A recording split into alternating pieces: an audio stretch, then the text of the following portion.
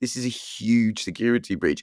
Mike Waltz, the National Security Advisor, has claimed full responsibility for adding the editor-in-chief of The Atlantic, Jeffrey Goldberg, to the group chat on the messaging app Signal, but still can't seem to fully explain how it happened, why they aren't using the secure messaging service that exists for military communications in America is the biggest and most important question.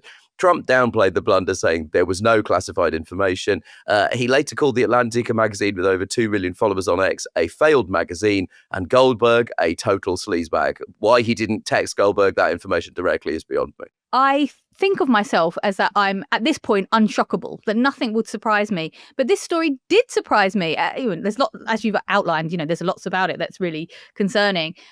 And maybe this is the least of the worries, but it was something about the emojis that I found particularly just gross and crass. So Special Envoy to the Middle East, Steve Witkoff, used 2 prayer emojis, a flexed bicep and 2 American flags to react to the update about airstrikes on Yemen, in which 53 people lost their lives. So that's great, isn't it? That's classy. We all find it quite strange when our parents use emojis.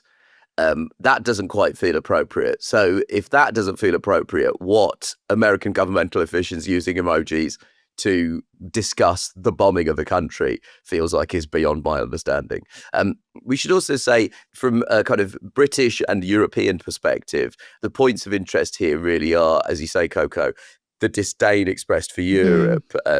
J.D. Vance called Europe a bunch of freeloaders, and Trump said that he agreed with that. That's good to hear. And over in the UK, the Lib Dem leader Ed Davey, who's been an outspoken critic of Trump, has said J.D. Vance and his mates clearly aren't fit to run a group chat, let alone the world's strongest military force.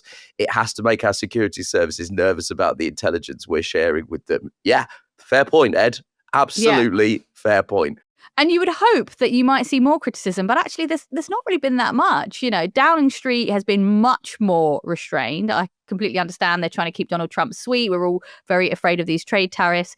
So the Prime Minister's spokesperson rejected the idea that Europe was freeloading on defence, but refused to take a pop at the Trump team, saying the UK remains happy to share intelligence with the US and just generally sort of pant around them and maybe kiss them when they need and other such sucking up actions. We're obviously going to go into this in much more detail in the bulk of what today's show is about, which is about Rachel Reeves' spring statement.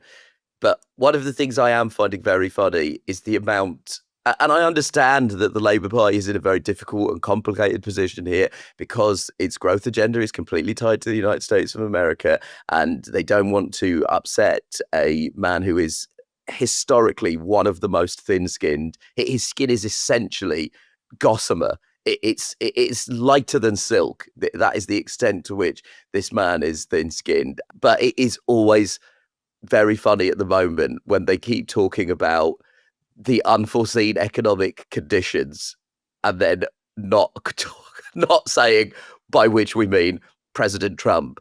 And the fact that he seems to have done a couple of lines before he banged out his policy that morning. It's very funny that they, on the one hand, keep going, we are absolutely 100% solidly committed to our partnership with the United States of America, and at the same time keep saying, some weird shit is going down. Rachel Reeves is going to say, our commitment to our American relationship is ironclad, whilst they move a Trump Tower sign onto 10 Downing Street. I read a piece in the FT this morning that was saying that leaders who stand up to Trump are enjoying a massive poll lift. And they had a picture of Starmer alongside other leaders. And there was a part of me that thought, wow, gosh, news really does move fast, doesn't it? That was my main thought when they commissioned that illustration. I was like, oh no.